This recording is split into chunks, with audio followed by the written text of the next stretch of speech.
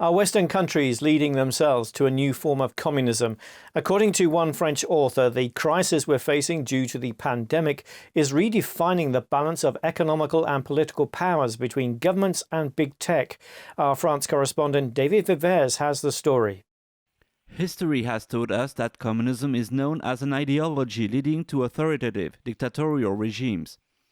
One French author believes recent events may show another side of communism.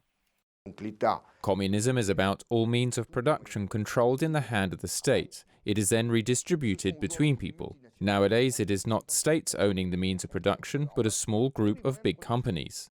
In the Communist Manifesto, Karl Marx mentions what he calls the withering of the state. According to Piacentini, big companies are now forming a new elite carrying out this agenda. We have to remind ourselves that the final step of communism, as Marx wrote it, is the complete removal of government.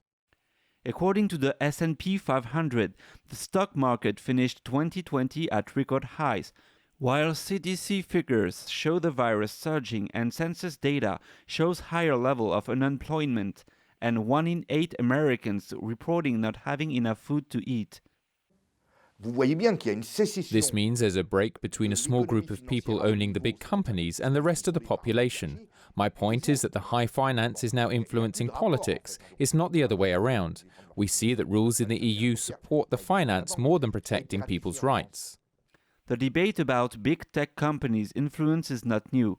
Piacentini says Twitter, Facebook and YouTube banning Trump and conservative accounts is just the beginning.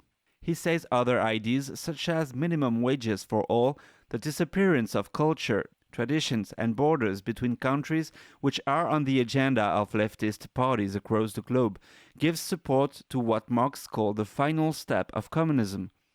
Reporting by David Vives, NTD News.